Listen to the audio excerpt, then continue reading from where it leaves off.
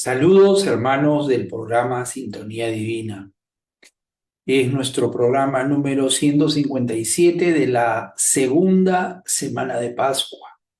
Estamos en pleno tiempo pascual y a la salida de nuestro programa anterior todavía no había partido hacia la casa del Padre el Papa Francisco. Por lo tanto, vamos a ofrecer este programa a su memoria y vamos a ofrecer también nuestras oraciones por su descanso eterno. Hemos preparado una breve oración como mensaje de despedida a nuestro pastor que la vamos a hacer ahora mismo. Les pido por favor que me acompañen. Querido pastor, Papa Francisco,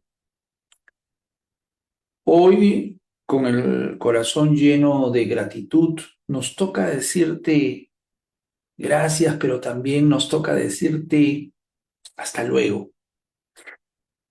Agradecerte por cada palabra sembrada en el alma, en el corazón, por cada gesto de cercanía con el pueblo cristiano y con los hermanos separados, por cada Eucaristía celebrada con tanta devoción, por cada oración ofrecida en silencio por el pueblo.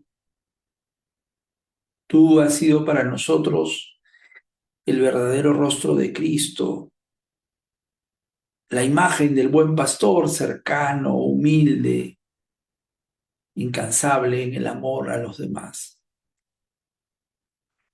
Las huellas que has dejado en nuestra vida no se borrarán porque están marcadas en cada familia que visitaste, en cada enfermo que aliviaste, que consolaste, en cada joven que animaste a caminar con Dios, cada corazón que tocaste y cada entrega va a ser motivo por el que te vamos a extrañar. Sabemos que los caminos del Señor nunca son despedidas definitivas, sino son nuevas etapas en su plan. Así que allá donde vayas, seguirás siendo pastor, seguirás hablando de Jesús y seguirás amando con alegría, sirviendo con pasión. Que María Santísima, nuestra Madre, Madre de Dios, Madre de la Iglesia, y que el Espíritu Santo te sigan fortaleciendo en cada paso. Nosotros seguiremos rezando por ti, como siempre nos pedías. Y te pedimos ahora que tú reces por nosotros e intercedas por nosotros ante Dios nuestro Señor. Con inmenso cariño y gratitud, tu comunidad te ama y te bendice.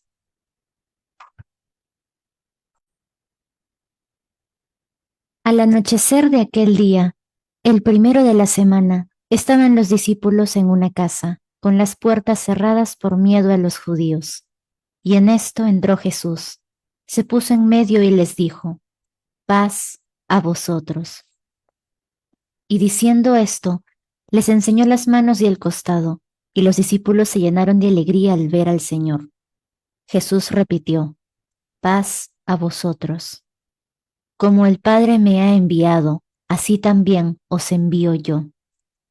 Y dicho esto, sopló sobre ellos y les dijo, recibid el Espíritu Santo. A quienes les perdonéis los pecados, les quedan perdonados. A quienes se los retengáis, les quedan retenidos. Tomás, uno de los 12, llamado el mellizo, no estaba con ellos cuando vino Jesús. Y los otros discípulos le decían, hemos visto al Señor. Pero él les contestó, si no veo en sus manos la señal de los clavos, si no meto el dedo en el agujero de los clavos y no meto la mano en su costado, no lo creo.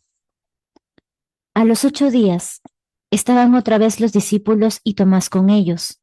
Llegó Jesús, estando cerradas las puertas, se puso en medio y dijo, paz a vosotros. Luego dijo a Tomás, trae tu dedo, aquí tienes mis manos. Trae tu mano y métela en mi costado, y no seas incrédulo, sino creyente. Contestó Tomás, Señor mío y Dios mío. Jesús le dijo, porque me has visto, has creído. Bienaventurados los que crean sin haber visto. Muchos otros signos que no están escritos en este libro hizo Jesús a la vista de los discípulos. Estos han sido escritos para que creáis que Jesús es el Mesías, el Hijo de Dios, y para que creyendo tengáis vida en su nombre.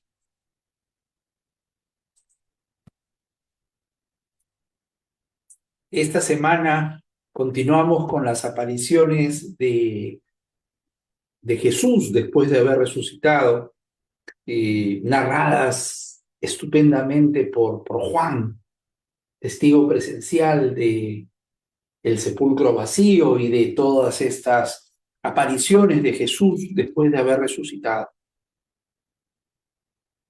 Y de la misma manera también vamos a hablar de la fe que arrastra este acontecimiento de la resurrección durante toda esta semana.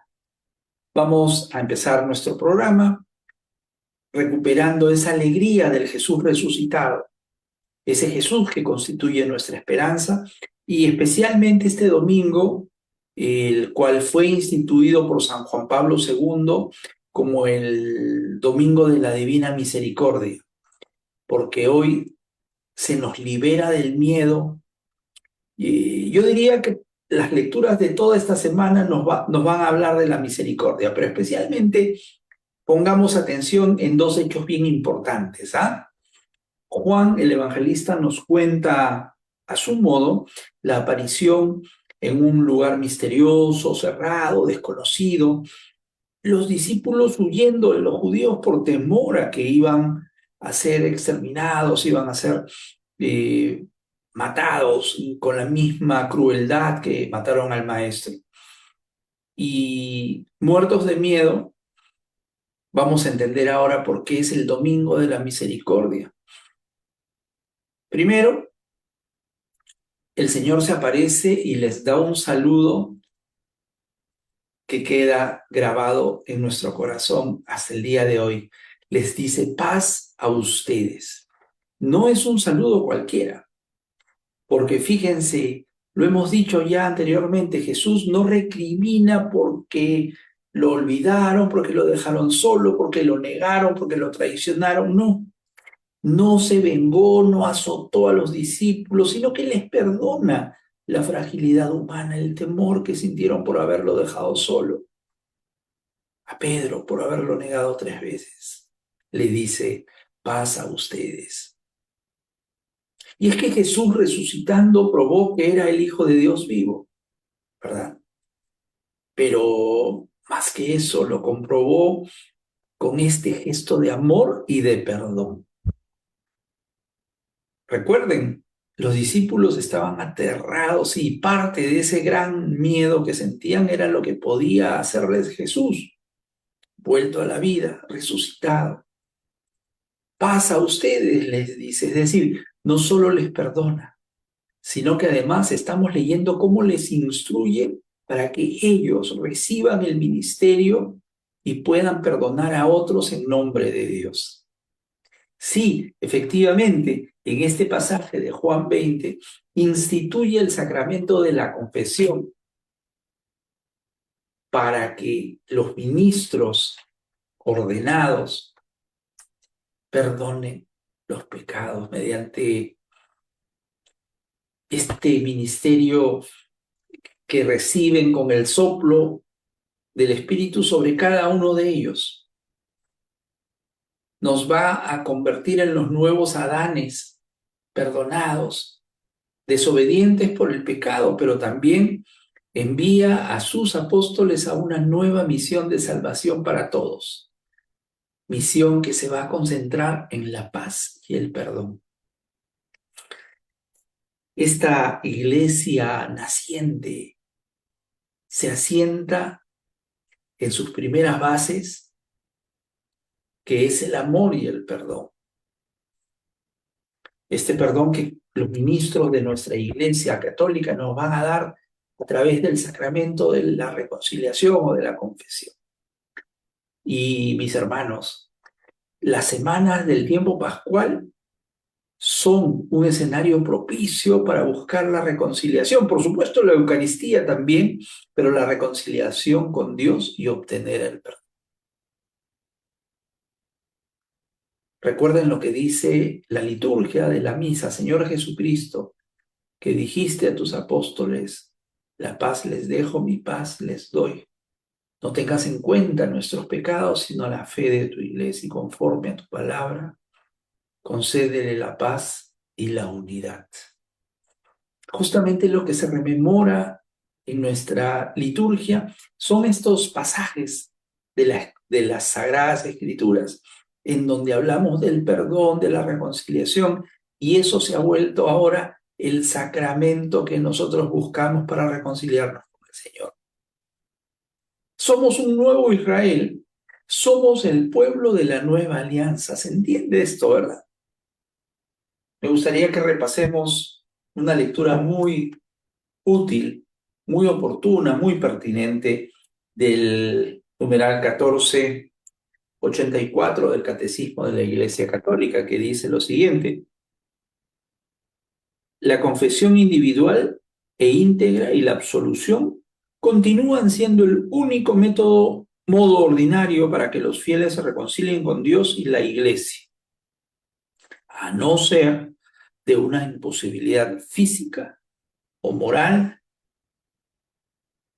a no ser que una imposibilidad física o moral excuse de este modo de confesión. Y esto se establece así por razones profundas. Cristo actúa en cada uno de los sacramentos. Se dirige personalmente a cada uno de los pecadores. Hijo, tus pecados están perdonados. Es el médico que se inclina sobre cada uno de los enfermos que tienen necesidad de él para curarlos, los restaura y los devuelve a la comunión fraterna. Por tanto, la confesión personal es la forma más significativa de la reconciliación con Dios y con la Iglesia. La segunda parte de este estupendo evangelio es la ausencia de Tomás. No estaba con sus amigos, no estaba con sus compañeros, los discípulos. ¿Por qué? Claro, tenía la cabeza muy dura. No fue capaz de entender el misterio de la resurrección de Jesús. Solo él quería explicarse los acontecimientos con la mera razón, desde sus seguridades humanas, desde su tristeza, desde su soledad, al igual que los discípulos de Maús que leíamos el miércoles de la semana pasada. Él se alejó y no estaba con sus compañeros, los discípulos. No se fiaba de la palabra de sus hermanos tampoco. Cómo nos resulta familiar esa actitud de Tomás, ¿verdad? Esa actitud que tú y yo a veces tenemos de no creer, de que nos falta la fe, nos ocurre con frecuencia, por supuesto, y nos da mucha tristeza que los jóvenes de hoy presuman de ser agnósticos o ateos.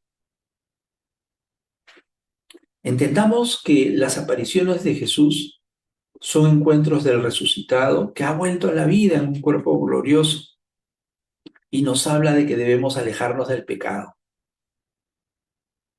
E instituye el sacramento de la reconciliación, pero nosotros caemos y recaemos frecuentemente en nuestras fragilidades humanas y también en nuestras dificultades de la fe. Cristo se presenta ahora para que a aquel que le falte la fe como a Tomás, se le termine la oportunidad de dudar, ya que ahora tenemos entre nosotros a Jesús. ¿Y qué dijo Tomás cuando vio a Jesús resucitado le dijo, Señor mío y Dios mío. Entonces, lo que va a sentir Tomás es una constatación palpable. Y por eso ha quedado esta hermosa letanía en el momento de la consagración del pan y del vino en la Eucaristía. Señor mío y Dios mío. En esta letanía nos estamos encontrando con el mismísimo Jesús resucitado en el memorial de su Pascua, que es la Eucaristía. Y esta importante confesión de Tomás nos da ahora la fe de que Jesús está vivo allí en las especies del pan y del vino después de la transubstanciación. Y ya no tenemos la necesidad de introducir nuestros dedos en sus heridas de amor, ni nuestra mano en su costado.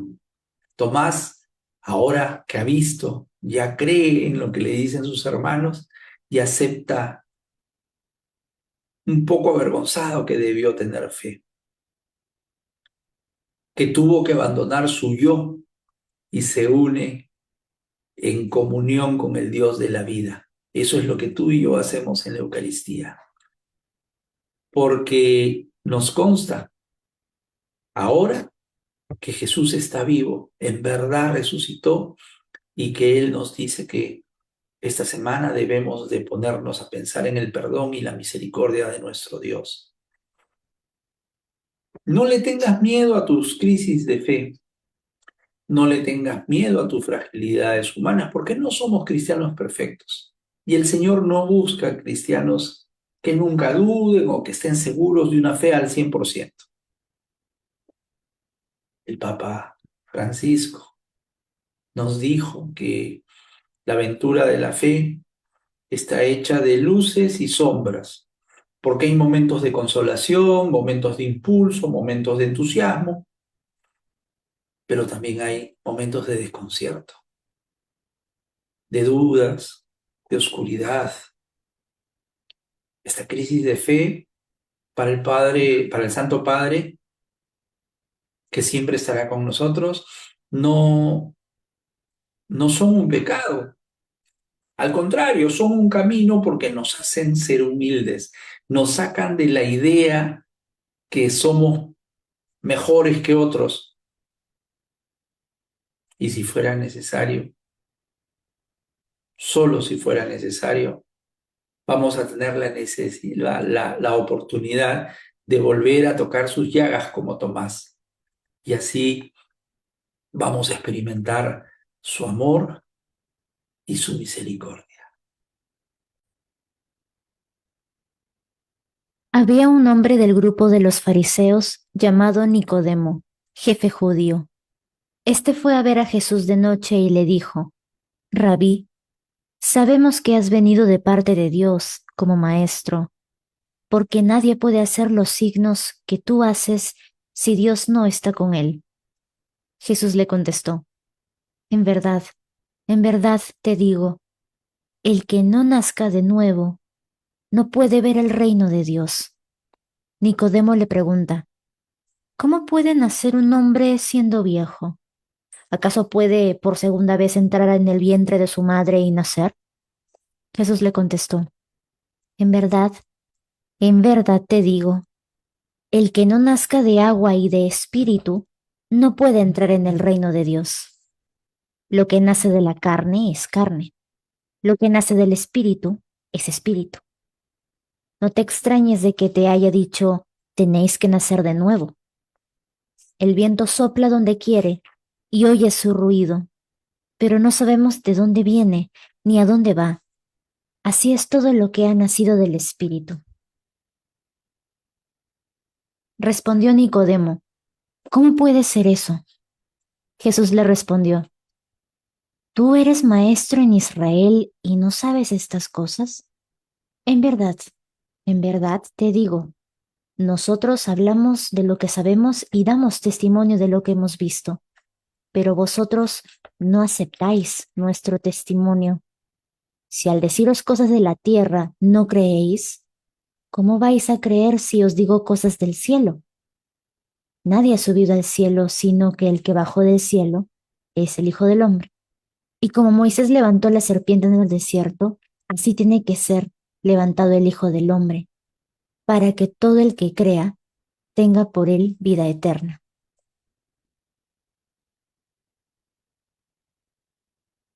Tanto amó Dios al mundo, que entregó a su unigénito, para que todo el que cree en él no perezca, sino que tenga vida eterna.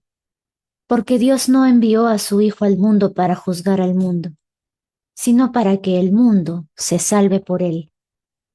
El que cree en él no será juzgado. El que no cree ya está juzgado, porque no ha creído en el nombre del unigénito de Dios. Este es el juicio, que la luz vino al mundo, y los hombres prefirieron la tiniebla a la luz, porque sus obras eran malas. Pues todo el que obra el mal detesta la luz, y no se acerca a la luz para no verse acusado por sus obras. En cambio, el que obra la verdad se acerca a la luz, para que se vea que sus obras están hechas según Dios.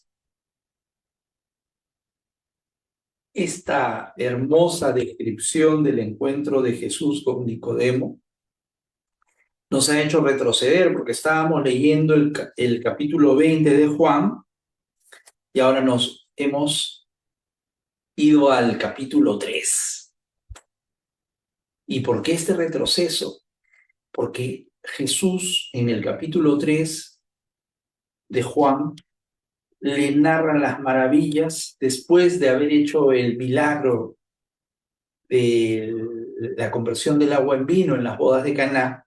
Le narra a Nicodemo, este hombre religioso que lo fue a visitar de noche, le narra en un lenguaje muy profundo que hay que nacer de nuevo.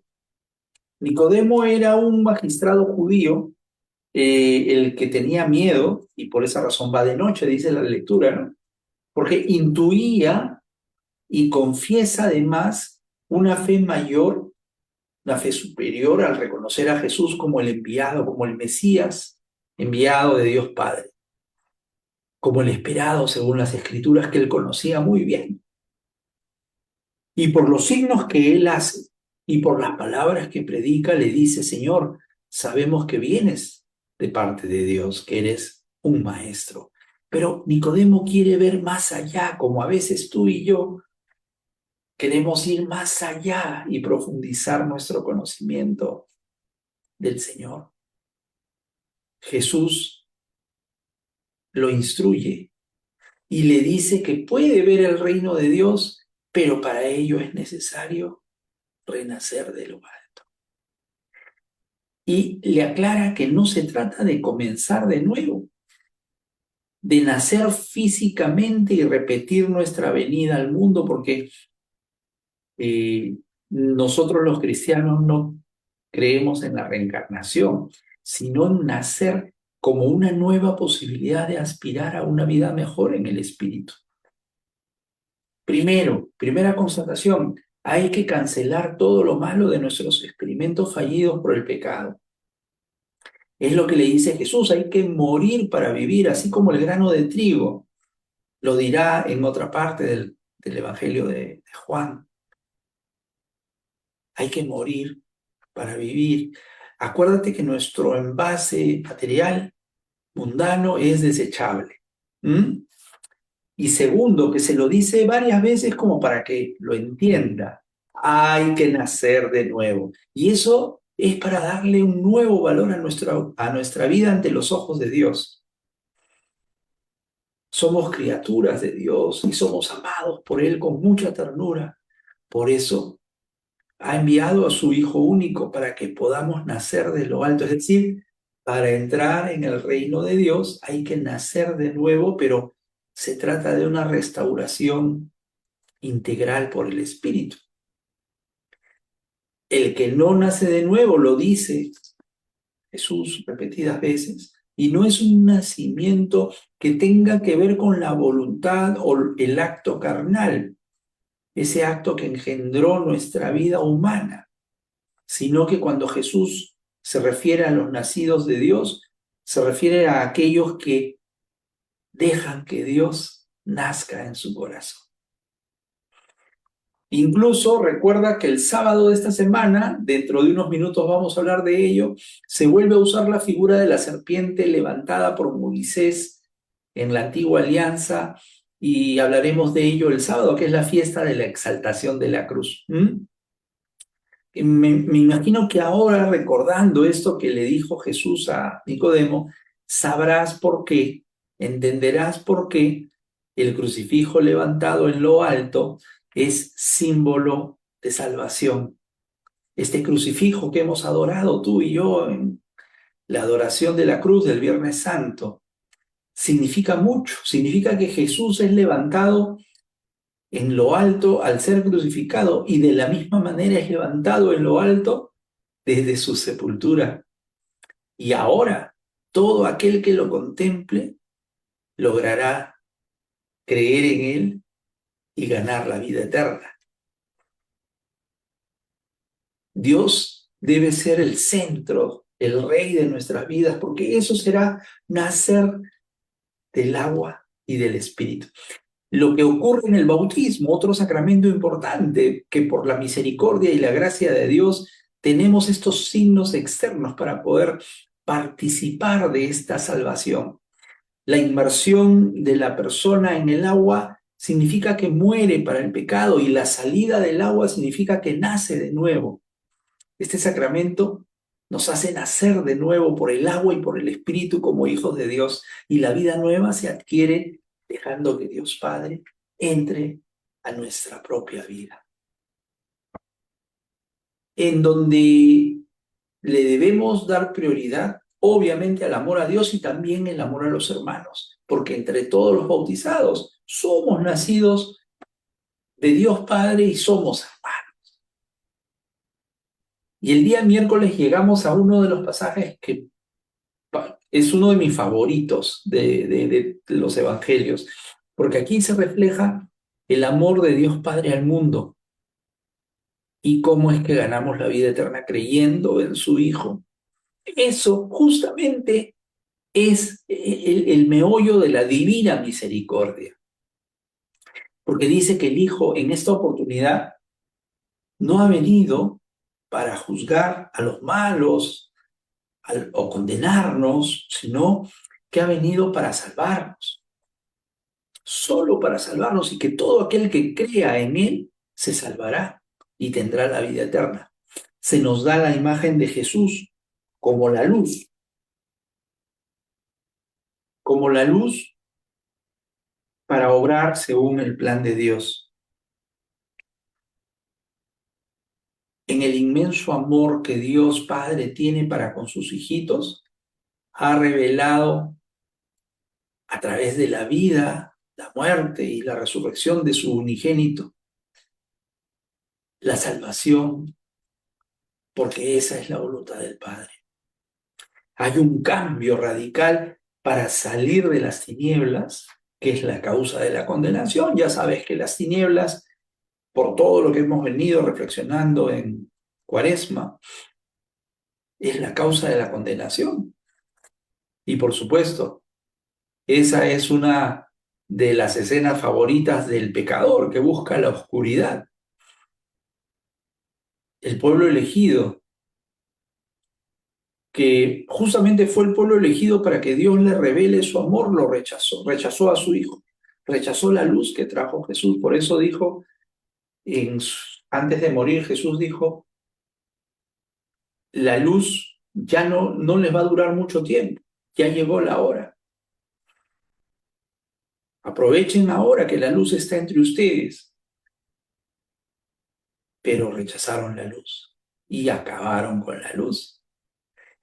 Y todos los días nos ocurre eso cuando tú y yo incurrimos en pecado, estamos en plena oscuridad y por eso es que nosotros no toleramos la luz porque la luz nos genera una situación de incomodidad porque a veces no queremos ni enterarnos y mantenernos en la oscuridad, en la ignorancia, en la inconsciencia de aquel que peca. Se nos hace más cómodo vivir en la oscuridad.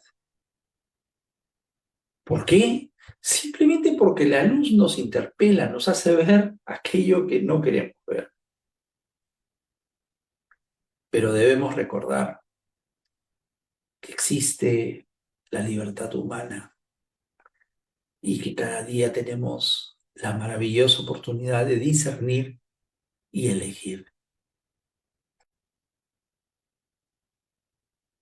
El que viene de arriba está por encima de todos. El que es de la tierra y habla de la tierra.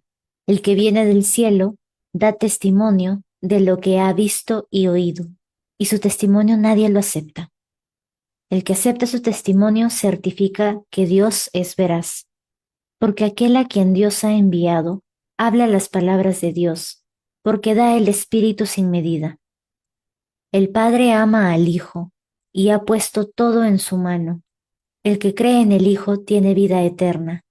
El que rehúsa creer en el Hijo no verá la vida, sino que la cólera de Dios permanece sobre él.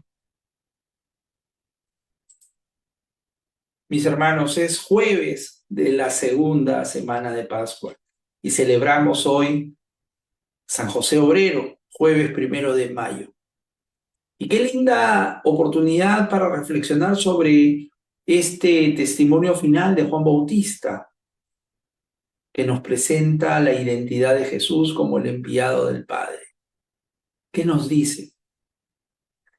Él nos hablará, Juan Bautista, que Jesús nos hablará con palabras de su Padre y nos revelará el plan de Dios. Pero es solamente con la fuerza del Espíritu que podemos discernir y creer. Es lo que nos dice Juan. Por eso tú y yo nos empezamos a preparar ya mismo para recibir el Espíritu, ¿sí? Porque el tiempo pascual también es momento propicio para prepararnos para la fiesta de Pentecostés y para poder hacer realidad el plan de Dios. No estaremos solos. No, no podríamos. Solos no podríamos hacer nada. Por eso el Padre primero nos envió a su Hijo. Y para poder sentir su presencia y mantener la esperanza en Él, nos enviará el Espíritu. Ojo, pero si nos cerramos al amor de Jesús, seremos nosotros mismos los que nos vamos a condenar. Sobre esta fe en Jesús, quiero compartirles el numeral 161 del Catecismo de la Iglesia Católica que dice: creer en Cristo Jesús y en aquel que lo envió para salvarnos es necesario para obtener esa salvación, puesto que sin fe es imposible agradar a Dios y llegar a participar en la condición de sus hijos. Nadie es justificado sin ella, y nadie, a no ser que haya perseverado en ella hasta el fin, obtendrá la vida eterna. Está clarísimo, está clarísimo. La salvación es abrirse a Jesús porque es Él quien nos salva. Se fue Jesús a la otra ribera del mar de Galilea, el de Tiberíades, y mucha gente le seguía porque veían las señales que realizaban los enfermos. Subió Jesús al monte y se sentó allí en compañía de sus discípulos. Estaba próxima la Pascua, la fiesta de los judíos. Al levantar Jesús los ojos y ver que venía hacia él mucha gente, dice a Felipe: ¿dónde vamos a comprar panes para que coman estos? Se lo decía para probarle, porque él sabía que lo iba a hacer.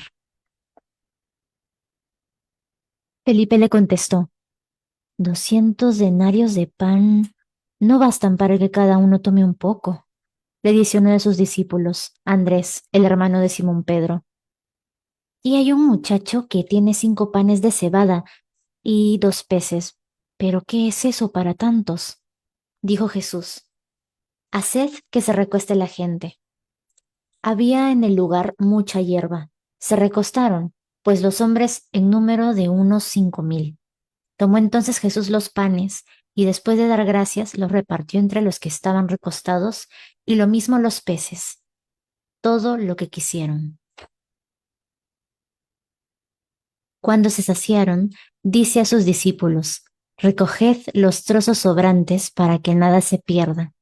Los recogieron, pues, y llenaron 12 canastos con los trozos de los 5 panes de cebada que sobraron a los que habían comido. Al ver la gente la señal que había realizado, decía, este es verdaderamente el profeta que iba a venir al mundo. Dándose cuenta Jesús de que intentaban venir a tomarle por la fuerza para hacerle rey, huyó de nuevo al monte, él solo.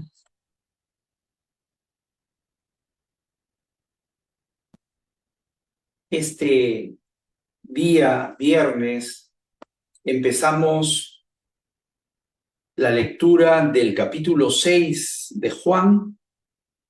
Hemos vuelto a retroceder un poco en esta semana de la misericordia, porque estamos hablando del perdón, del sacramento de la reconciliación, pero también debemos hablar sobre la Eucaristía, sobre el pan de vida.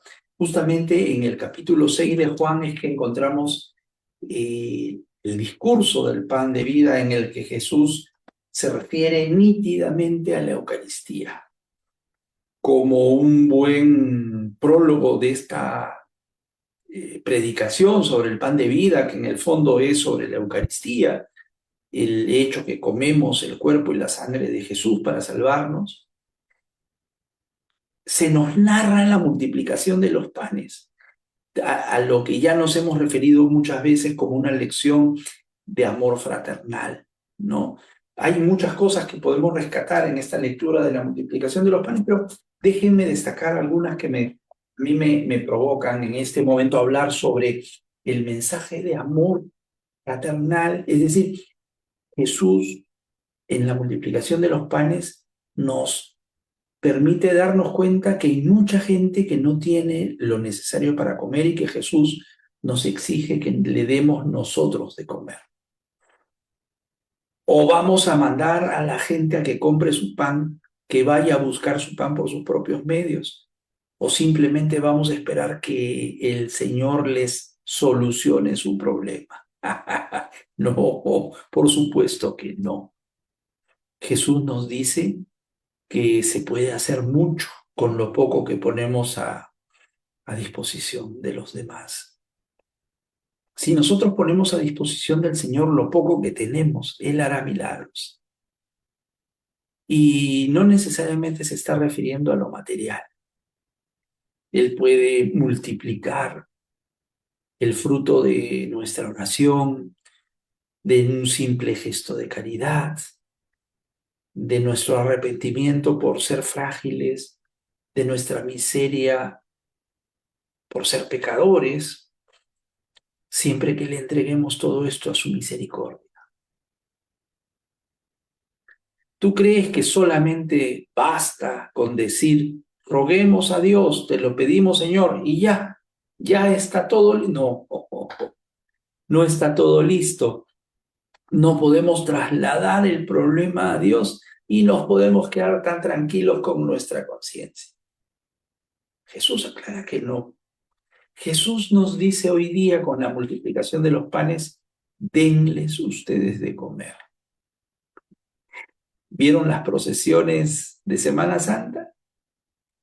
¿Vieron el desfile de hermanos y hermanas piadosos en la adoración de la cruz o en el Vía Crucis? Sí, yo también. Emocionante, conmovedor. Pero ahora nos tocó llenar la barriga del hambriento. Denles ustedes de comer, dice el Señor. Entonces Jesús hizo esta declaración. Ahora ha llegado el juicio de este mundo. Ahora el príncipe de este mundo será arrojado afuera, y cuando yo sea levantado en alto sobre la tierra, atraeré a todos hacia mí. Jesús decía esto para indicar cómo iba a morir. La multitud le respondió, sabemos por la ley que el Mesías permanecerá para siempre. ¿Cómo puedes decir, es necesario que el Hijo del Hombre sea levantado en alto? ¿quién es ese Hijo del Hombre? Jesús les respondió, la luz está todavía entre ustedes, pero por poco tiempo. Caminen mientras tengan la luz, no sea que las tinieblas los sorprendan, porque el que camina en tinieblas no sabe a dónde va. Mientras tengan luz, crean en la luz y serán hijos de la luz. Después de hablarles así, Jesús se fue y se ocultó de ellos. Estamos con un estupendo fondo rojo en la lectura del día sábado, porque es la fiesta de la exaltación de la cruz.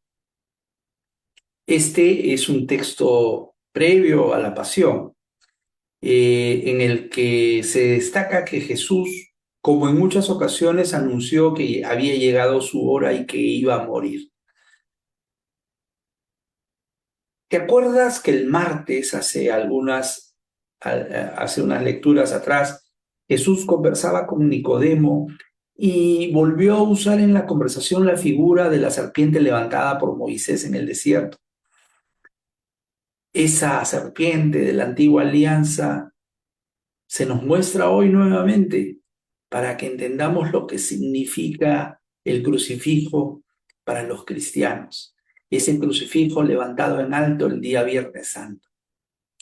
Ya entiendes lo que significó que Jesús fue levantado en lo alto, no solamente en la cruz, sino también en la sepultura cuando fue resucitado.